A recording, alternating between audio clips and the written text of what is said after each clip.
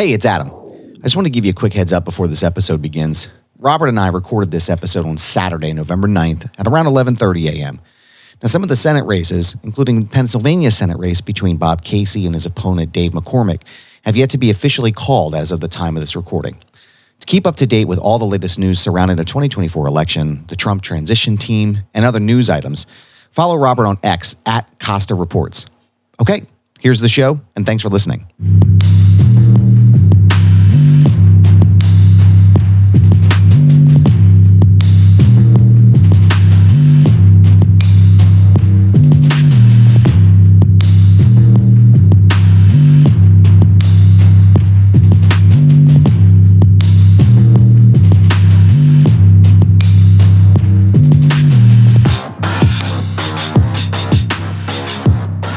Welcome to a special episode of Foundation Radio. My name is Adam Bernard. Thank you so much for joining me today. My guest is the Chief Election and Campaign Correspondent for CBS News and the co-author of Peril, the definitive book on the 2020 election, my friend Robert Costa. Welcome back to the show, sir. How are you today? So good to be with you. Thank you for having me. I appreciate your time as always. Now, we are about a full week removed from the 2024 election.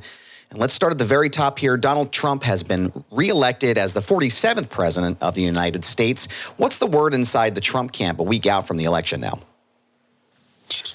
Well, they've been through this before, a transition. This is so unlike 2016 when it was chaotic. Trump was an outsider. He didn't have many contacts in Washington.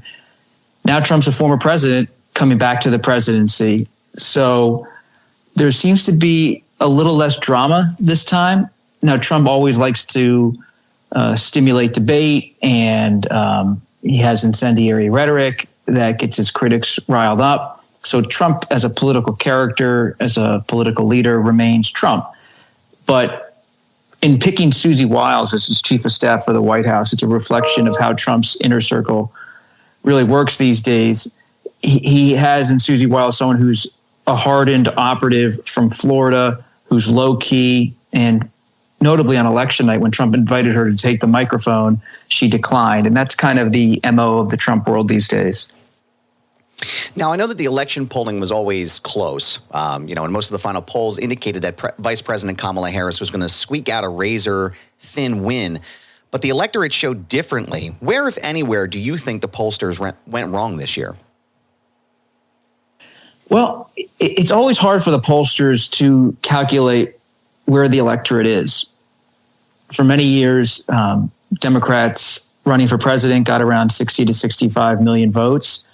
Then President Biden got over 80 million votes in 2020. And now we've seen kind of a return to the mean with Vice President Harris getting around 70 million votes. And so we're not getting a full understanding of the size of the electorate because of the rapid changes in America. I would put it this way. In 2016, the most intriguing voter was what I would call the right-leaning non-voter, the voter who rarely participated in politics but came out for Donald Trump because they wanted an outsider. And the most intriguing voter in 2022 was the left-leaning non-voter, the low-propensity voter who rarely votes or participates in American politics but came out in 2022 to support abortion rights in the wake of Roe v. Wade being overturned. So we're seeing a lot of people who don't normally participate in politics, left, right, and center, come out and vote in a lot of presidential elections, even some midterm elections. And that makes it harder for pollsters to really understand who the voting bloc is out there.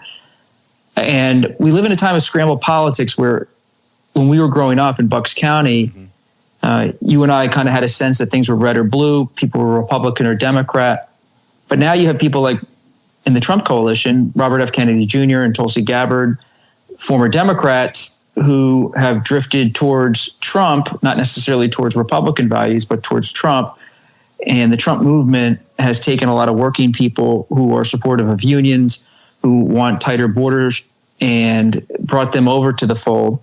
Whereas the Democrats are starting to win over much more, to some extent, traditional Republicans from places like Bucks County and the Philadelphia suburbs and elsewhere who are appalled at Trump's conduct.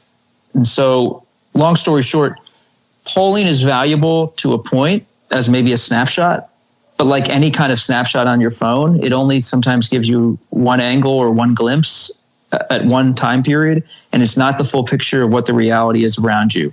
It's just a snapshot. And so I always, as a reporter, try to not rely on polls. I respect polls, and it's a data-driven operation that has some merit, but you can't have a reliance on it as an indicator of where everything's going. Now, I want to get a little granular. We're talking about some of the voting bloc and some of the people that, one of the biggest surprises, rather, in the voting blocs came from Latino men who voted overwhelmingly in favor of Donald Trump. What have you heard about Latino voters stating about this choice to vote for Trump, even after the controversial racist remarks made by Trump surrogates at the Madison Square Garden rally just before the election? Well, I was there at Madison Square Garden, and you sit in the press area of MSG and you watch how the press digests what's happening down there on the stage. And there was a lot of attention to the offensive remarks about Puerto Rico and other demographic groups by some of the speakers there. And that captured the headlines, but you didn't hear much of a reaction from the crowd. Trump was the story, not the guest speakers, not the kind of sideline things. And so we're in an age where people are following the news on social media, sometimes on traditional media, but kind of in their own curated spaces. And so things that used to be seismic in terms of news impact no longer have that kind of predictable flow, where if something makes the mainstream press or the traditional press, it somehow becomes gains a foothold in the national consciousness. And this expectation that an offensive remark at a Trump rally suddenly changes the race or flips Latino voters a certain way, it's just never something I saw in my reporting, because so many voters I've encountered, including Latino men and women, have baked into their own calculation of the candidates that Trump and his orbit sometimes push the boundary, if not go way over the boundary of what they find viable for public discourse.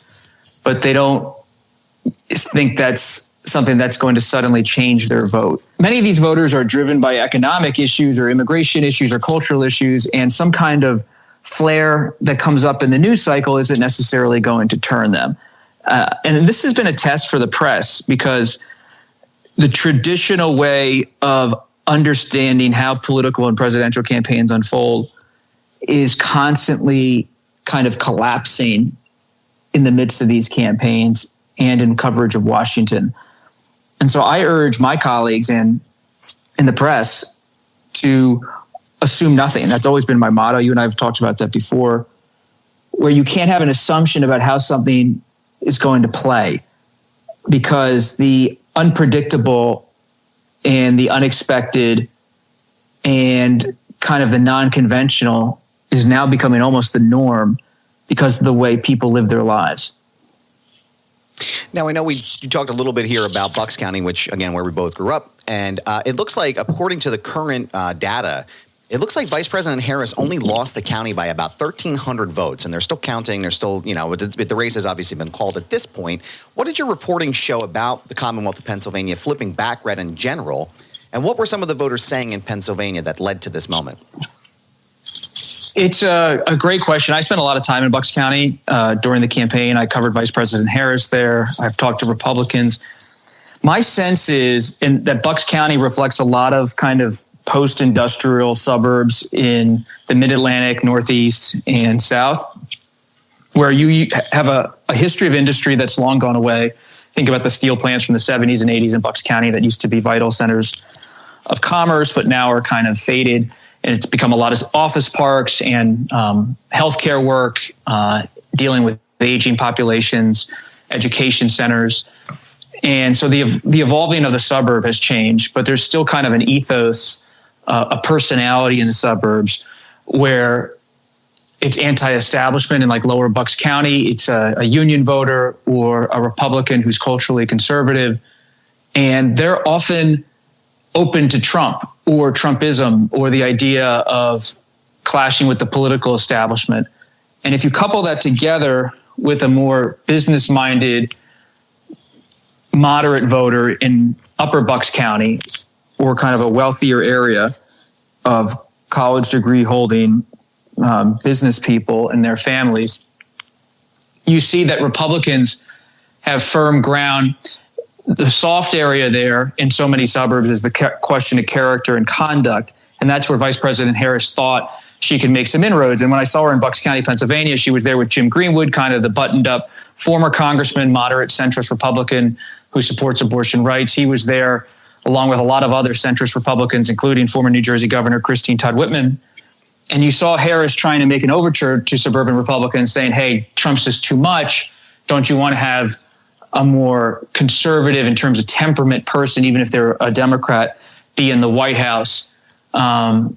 Yet a lot of Republicans still have Republican values, and they're not just turning on the character question. And that's going to be studied as potentially a miscalculation or a mistake by the Democrats to really think that by putting forward so-called never-Trumpers or anti-Trumpers or moderate Republicans, that it would somehow really put together this groundswell of support for the Democrats. Now, I know President Joe Biden recently gave a speech from the White House following the vice president's concession speech. What was the response that you've heard from his speech, especially with the White House and Joe Biden calling the results of the election a setback? Has there been any conversation or comment from that in your reporting that you found? Well, you're going to see for the next 4 years, Adam, that the Democrats are going to have a reckoning over what happened here. The future of the Democratic Party is now in flux. You have an outgoing president who's in his 80s and obviously not running again. You have an outgoing vice president who ran and lost, and she might run again, but she's by no means the front runner for the 2028 nomination. And you have a lot of governors out there like Pennsylvania's Josh Shapiro, Maryland's Wes Moore, Michigan's Gretchen Whitmer, who are ambitious and will likely be in the mix for 2028. And 2028 is an open race. And so the Democrat, because Trump's not going to be able to run for a third term unless the Constitution's changed. So you have right now a Democratic Party that is going to try to win back a lot of the working people, but there's going to be a real debate over how to do that. And how do you win over the young people, the black men, the Latino men who have drifted towards Trump? And it's going to be a big fight, likely for the Democrats. A lot of acrimony in this moment, but then the question is going to be who has the solution. And I'm paying attention in particular to Gavin Newsom, the California governor. He is someone who has been studying the right wing, watching Fox News, debating Ron DeSantis, going on Sean Hannity for a long time. And that tells me that he's kind of studying the transformation of American politics and the different trends and currents that are driving people's thinking and votes. And so he's someone I'm definitely paying attention to.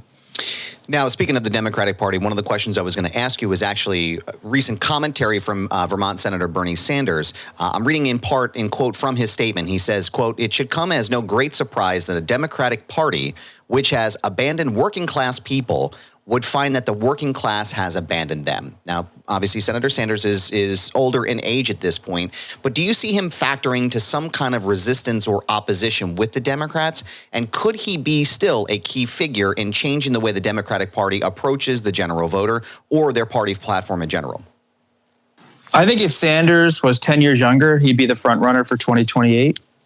But since he's in his 80s, it's hard to say at age 84 or 85, he's going to be the nominee for the Democrats. Because, he'd be close to 90 if he won office. So I just don't see Sanders running for the White House in 2028 in his mid-80s. Though, of course, you don't rule it out. But I just don't see that.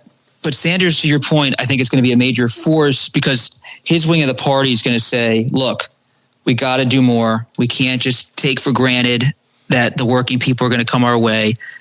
And it's interesting because Alexandria Ocasio-Cortez, the Democratic lawmaker from New York, I think she's part of the Sanders coalition. Her voice, I think, will be one to watch. What does she want to do? Does she want to run even from the House of Representatives? And then, someone like John Fetterman from Pennsylvania, who has kind of an outsider personality and profile, who has already been critical of how the Democrats have messaged. He was critical this week of the so-called talk of bros and how Democrats really shouldn't be talking about bros. It's a derogatory term in his view to start using that kind of language in terms of talking about male voters. And he thinks the Democrats got to be careful with their language if they want to win over some of these younger male voters. Now, shifting back a little bit here to President-elect Trump, there's been a renewed focus on Project 2025, the controversial conservative initiative from the Heritage Foundation. Items inside of this plan include the consolidation of executive power, the dismantling of the Department of Education, and also the Department of Homeland Security.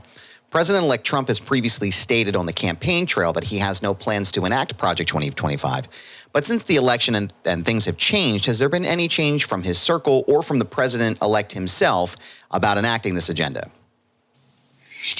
I don't see Project 2025 being enacted because Trump has disavowed it. At the same time, a lot of people from the Heritage Foundation and other conservative think tanks are going to be considered for administrative posts because they are part of this conservative firmament that has real influence in the Republican Party. So it's not like the people who support Project 2025 are going to have a seat at the table. Trump's not running away from ideas and suggestions that are mentioned in this plan. I think the biggest problem for Project 2025 is that they made a crucial mistake in how they handle Trump. Trump doesn't ever like to be seen as being boxed in on anything. I've covered him for years. And Project 2025 created this situation where he had to answer for something that wasn't his. And there's nothing he despises more than kind of others speaking for him.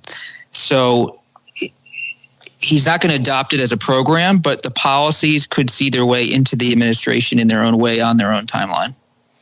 We talked a little bit also too about Susie Wiles, who is his chief of staff.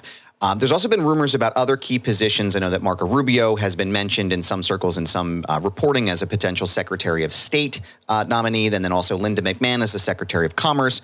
We also talked about Robert F. Kennedy Jr. And now I see that Mike Pompeo is potentially back in the news as Secretary of Defense. What do you see his cabinet, Trump's cabinet, really boiling down to? And then also, do you see a place for Elon Musk inside of that cabinet? And what would that look like? I don't see Elon Musk joining the cabinet. I see Elon Musk as being someone who's going to be very influential. He has Trump's trust. He invested heavily in the campaign. And people like Mike Pompeo, who clashed with Trump but served in the previous administration, I think they're all going to get a look. Trump is not the kind of person who holds grudges forever.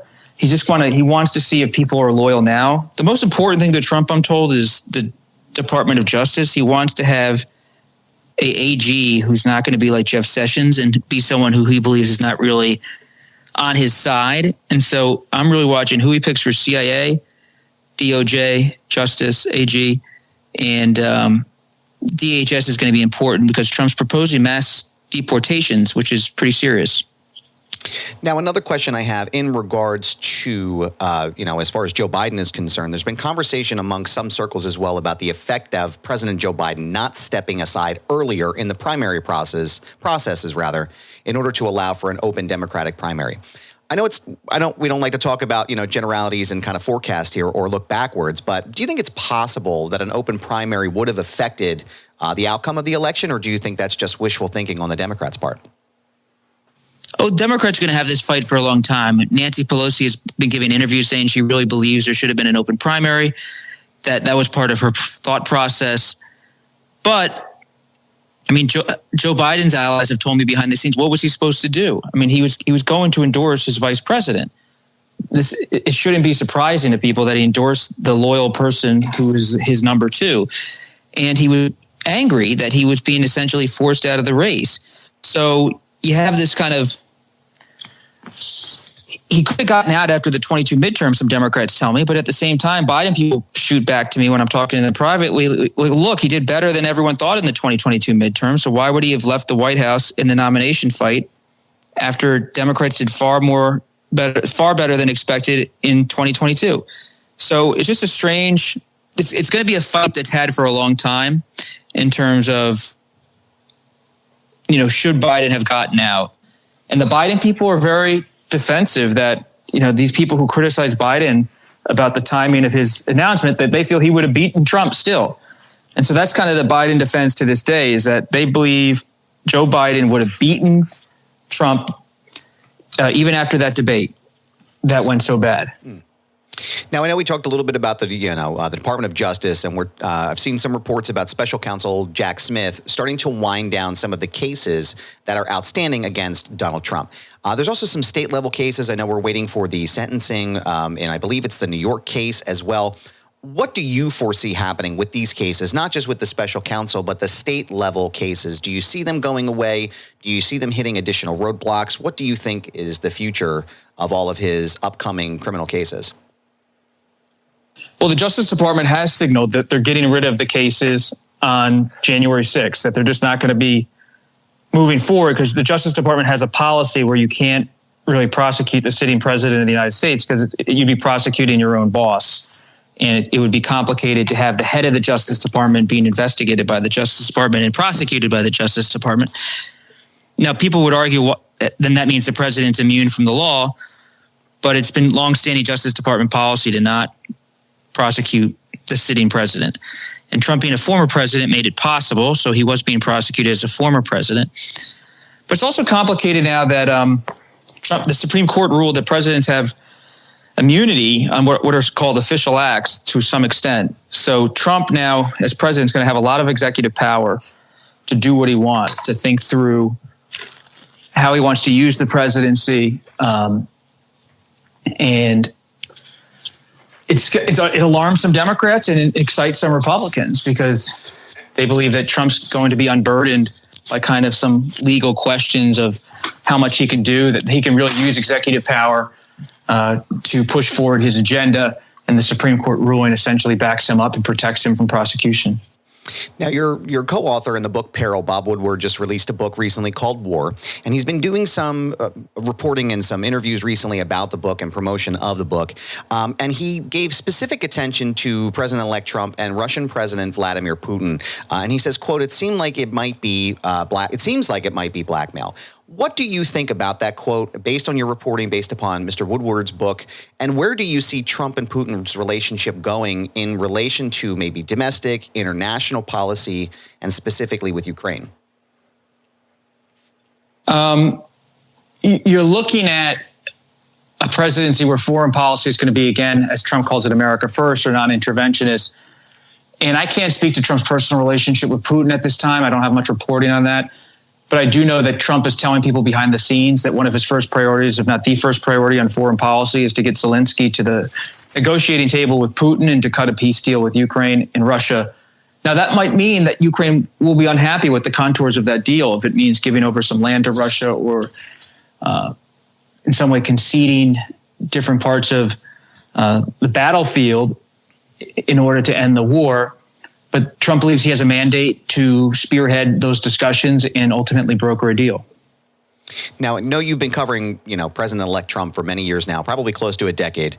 And, we were all around during the 2016 presidency. What do you foresee, based upon your reporting and based upon your history with Trump? What can potentially people expect from a second Trump presidency moving forward? You're looking at a paradigm shift presidency. Whereas Trump came in and kind of cracked the window of how the American presidency works. Now this is something that could shatter the window. That the norms in which the presidency has lived in for a long time is now dealing with a 78-year-old man who has enormous power based on the Supreme Court ruling, based on his perception of his electoral mandate, to come in and use executive power along with congressional power, thanks to what looks like congressional majorities, to enact a sweeping agenda. You're looking at mass deportations of migrants, sweeping tariffs across the board, deregulation in countless federal agencies, the involvement of outside tech titans like Elon Musk, outside figures like Robert F. Kennedy Jr. when it comes to healthcare. But Trump has also learned a lot from his first time around. So the chaos might not be as present in terms of personnel. It could still be turbulent in terms of policy. Robert Costa, I want to thank you again for your time and joining us again on the show to break down the election and everything that's coming. Where can listeners keep up to date with all of your reporting and keep up to date with any news that you may have coming out? Well, I'm at CBS, and you can watch CBS Sunday Morning or CBS Mornings or CBS Evening News, Face the Nation, among other programs, CBS 24/7 streaming. And I also am on social media, on X, Costa Reports. And beyond that, just I'm always available if people have tips. Robert Costa, thank you so much for your time, sir. I appreciate it. Thank you.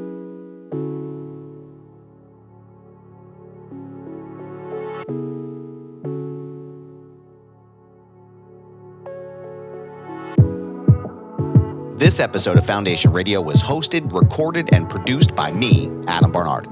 Additional narration is provided by Sam Krebs. The show is mixed and engineered by Carl Pinnell. The show's intro music was arranged and produced by Carl Pinnell. The show's outro music and all additional musical accompaniment was arranged and produced by Enrichment. Follow the show on Instagram, X, and Blue Sky at FND Radio Pod, and subscribe to our YouTube channel at youtube.com/@Foundation Radio Pod. This has been a Butts Carlton Media production, Butts Carlton Proprietor.